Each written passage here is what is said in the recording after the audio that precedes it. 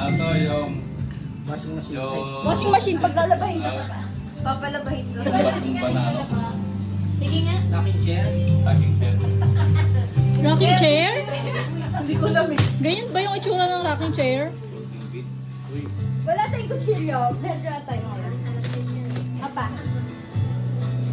Bibiyan, laro tayo. Gusto yan niya. Mga plastic. Yung order namin, na-cancel eh. Wow. Na-cancel yung order namin. Bibigay na lang namin, pero hindi na nga lang. Ay, palakihan pala to. Sorry ah. Meron pa pala. Ano mo na, i-unbox mo muna yan. Gusto niyan. Ah. Malaki pala ng ano to. Wow! Yan na, wow! Ano pwede? Ah? Treadmill? Mag-exercise ka daw. Treadmill pa. Wow. Maganda. Napaka eh. Ano yan? Electric car? De-assemble? Yan ang hirap e-bike. Yan. Pero masakit ang baywa ha. E-bike. E-bike. Alam mo, mahirap pagtay sa mga anak ko. Dahil pag dumain ka, naroon ka kagad. Ay, falling bed. Ay, ano? Rocking chair. Wow, yan na! Wow. Ang mahal kaya nito. Ito pambahay mo to. Siyempre hindi mo yung nadala kahit saan. Inanuhan mo na pambahay sa pang ano. Yung television. Para siyempre, Parang, Ano yan na?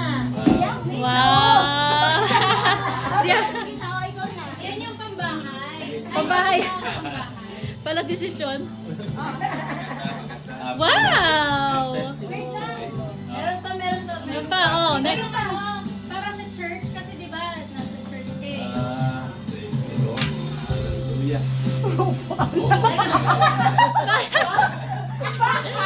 Hindi namin sinasabi yung upo ka buong araw, pero puro upuan yan. Hala! Parang ayaw ka na Hindi, kasi si Papa wala siyang tigil sa paggawa kung anong ginagawa niya. Puro pahinga naman. Ayaw magpahinga.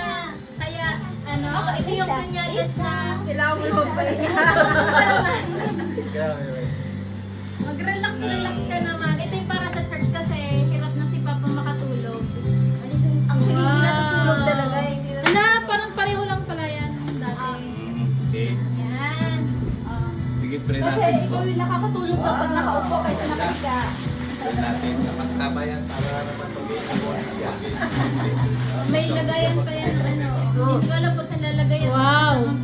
Ano yan? Sa noo yan? Ano mo na yan? Wait ka kasi nilagayin ng remote nito.